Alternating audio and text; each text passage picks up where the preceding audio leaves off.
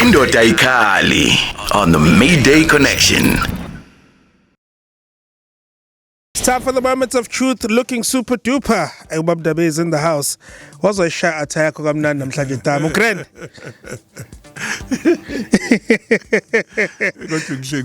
That's ubuya kubamncane time. Hey. Futhi umuntu abuyabe nesithembu nje. Ngamba kahle. Nokabhathi qawena kwethu.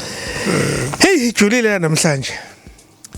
Yeah, is it possible masamadoda uku-identify ilonda zethu ngoba silimele? No. I think wisdom for a man is to identify and be able to see ilonda zakhe on their own volition nange-choice yakhe without being told by people ukuthi awuhambe uyofuna usizo yabo ngoba uma usutshelwa abantu ukuthi hambe uyofuna usizo sekungasekuhle sonike and usulimaza abantu ufika usune-defense enkulu kakhulu ngoba uba nama-feelings of being unloved, of being rejected and being unaccepted. Uma ufika nakwi-counseling, you project these feelings. Now, ngithi ke mina a man identifies emotional wounds by recognizing recurring patterns of strong negative reaction to seemingly trivial issues, anger triggers, resentment, kungonakele lutho kungekho into eyenzakalayo, and chronic avoidance of mental connection and confrontation. Yabona kumuzwa lezo zinto Sonic, follow understand into yawuda kahle ukuthi ulimele. Mhlambe let's break them down. One, overreacting to triggers. So ubona kanjalo ukuthi ulimele. I know uzusho futhi ujazi mina ngiciwa ubala ngazi kwenziwa yini. But isn't it past experiences that get you there? It does get you there. Definitely past experiences would have an impact towards that. Ukuba nama trust issues nokuwithdrawa. Yabona umabokoboko ke lapha. But ulimele and awusathembi umuntu. Yeah, because you are experiencing difficulty in forming meaningful relationships, or you fear intimacy and a tendency to isolate yourself all the time. It does signal emotional vulnerability, which makes you feel very unsafe in the embrace of people, in the company of other people, and worse with the opposite sex. Okay, number 3. Low self-esteem and self-criticism. Uhlala uyigxeka ngaso sonke isikhathi yabo nje mina nginja sebekuvithize enough so ubona ngathi wena problem uzusho ukuthi mfowethu inkinga la yimina makuse ukhuluma nomunye umuntu ukhuluma into edinga isolution ne-wisdom and discernment kodwa uququ wena usuthini hayi mfowethu usho ukuthi umuntu oyinkinga la yimina kasheshe ulimele first part lo ke ndlela oyibeka ngayo indaba ukuthi ke abantu around you see certain patterns but wena ke ezomjida usuke in terms of ukucabanga if usukwazi ukuvuka ukuthi I need help, I want to heal my wounds, I want to be the better person. Unexplained anger and irritability. Unexplained anger and irritability. Izinto kufanele uyibone kuwena. Yabona ke zu-2 in fact. Unexplained anger and irritability, avoidance of responsibility, no so sekubad. Sukuma ngoba uyalimala. Ngeke ungitshela ukuthi ungacasulwa ukuthi uvune enkwanje kade ulale kabi. Yabo. Ngeke ungitshela ukuthi kade kupheka wena ukudla kwangavuthisiswa. Kodwa bese usuyacika ubala. Kanti fanele uyaqhubeka ukupheka. Engabe uyaphekisisa. Simple as that. Ngeke ungitshela ukuthi ungaba maladaptive coping mechanism.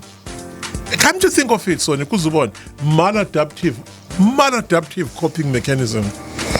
Engaging in excessive substance use, overeating, shopping binges, compulsive behavioral patterns, and this unhealthy desire for sex. Nokucabanga ukuthi amantombazane ayakufuna. Hawo. What if ayakufuna? Really?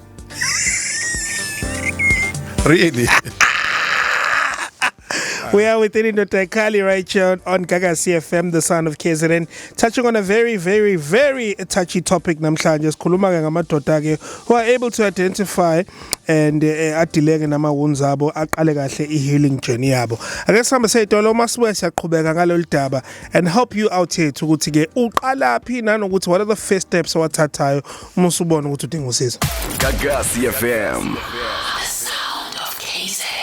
We are within indoda ekhali kodwa thina la sithi yakhala and helping us navigate the conversation ubaba Ndaba Emyeza itama lethu mina sihlezi siconversate nalo sama out lisidodisa lisiqondisa because as amajita we deal with so many things and kubalekile ukubuyisana namhlanje ke sikhuluma ngeout esikwazi uku-identify ukuthi nenkinga and isikwazi ukulithola usizo but now there's an out listening right now Ndabe isibonile ukuthi nenkinga I want to seek the right help and obviously to avoid ukuthi ingozi singiqemile ingaphinde futhi ngiqala manje out when I want to begin my healing process. Self-reflection, identify ama situations indawo abantu zokujabula nezobuhlungu yes nomndeni zi identify ukuthi lezo indawo zikhozeli nama trigger ne-anger ne-resentment because if lezo indawo zikhozela into enjengalezo then isolate yourself bese ngiya kubantu besifazane ngithi mina yazi ukuthi umuntu uthanda nomuntu onjengalowo take a break from him. Take a break ngoba uzohluleka ukudila naye bese projecta kwena. Ake ngiphinde to minimize GBV. Take a break from that umuntu okutestayo. Yeah, take a break umtshela uthi babes ngicela ukunikeza 3 months wonke. Find help. Find help.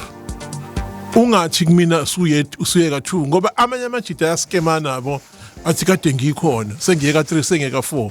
You don't have to count the number of therapies kumuntu enthandana naye to prove ukuthi usu right. And let me tell you something. Ngeke ufuke ulimale for 37 years usucabanga ukuthi kuyaka 4 ku therapy is going to change your life. There's a lot of work that needs to be done by you.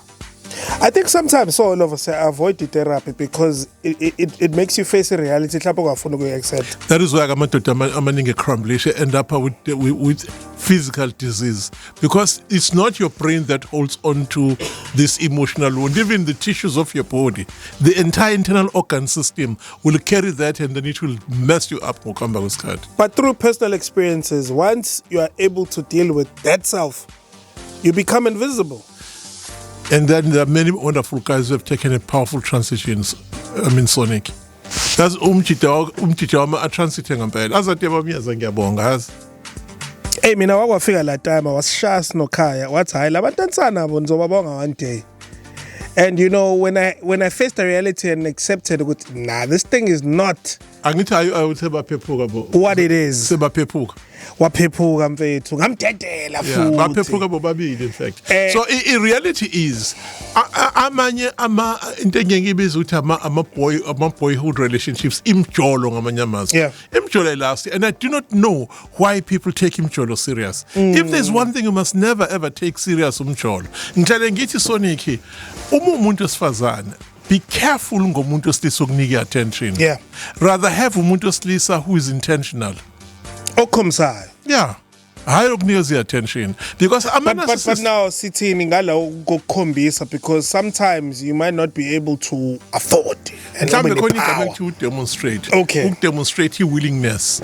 Owenza izinto ezipractically ibonakala ukuthi is building towards. Ukuthi khambe ngesikhathi abe strong enough. Abe brave, abe courageous uku-invite her to observe imap ye-development yakhe ebese ethi cashake ngiyaqhubeka lana. Now that's a guy who's intentional and purposeful. Yeah. Lo okufonela ekseni, akufonela emini, akufonela ntambama, akufonela ebusuku, akuvuse ngamaculo. There is a danger la ukuthi upackagelwe i-attention. Recipe for disaster. Yeah. Ish. Yes, it does. It is that yakho la usashawa nje ngento ezincane yabo.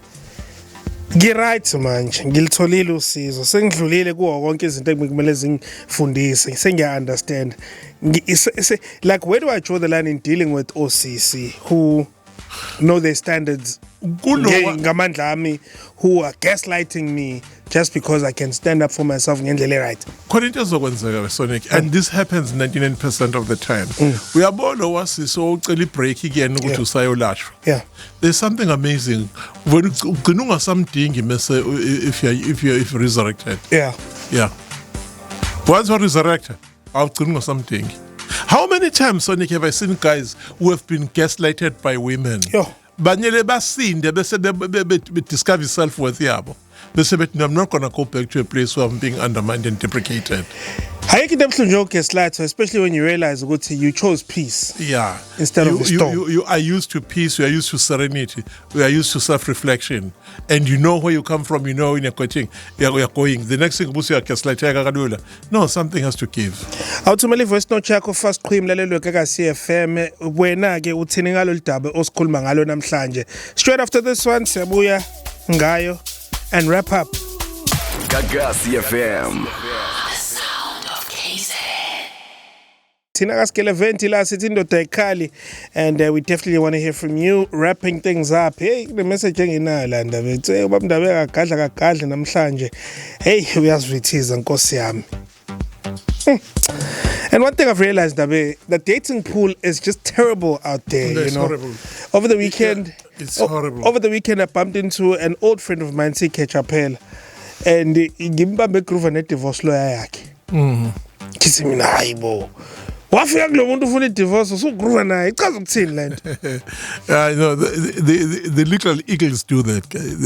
They first establish ukuthi mesengiqede umsebenzi la ngizobe sengi-approach Hlapha akuyona i-rewardment ukuthi hey lo muntu ngiphume nezumbulo. They first get their money, then they make their way to the bedroom. Thank them in kind. Yeah.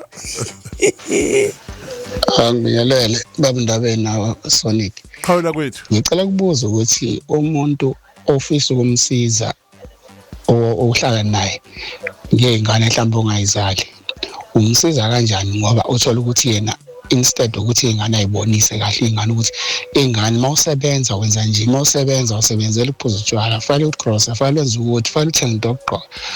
Kunaloko ukuthothi yena uzokwazi ukuthi ayenzele ingane lezi zinto zenza amacala ingane ajaha ukuyikhokhela ngaphandle ahlale nazo phansi ayibonise. Umsiza kanjani umuntu onjalo? Yabonga usemgcwensa. Okay, mfowethu abantu abanjengalabo baboniseki qhawula kwethu angifuni uqamba amanga ngoba ngeke baze bavuma futhi umthathu umisa kwi-counseling nalengane zakhe. Ba sensitive kabi. Whenever a parent is failing kuma parenting skills, they become defensive, they become stubborn, they don't want to confront that. Ungamtshela iqiniso umbonise, but he won't. It will take quite a very intelligent parent to stand up and find help. Now umsize in locating a good parenting expert. In situations whereby there's parenting involved, mina ke in most cases ngoba sikhuluma sezindoda ekhali, when I'm cheater, you've identified izinto odinga uku-improve kona nosizwa kuzona.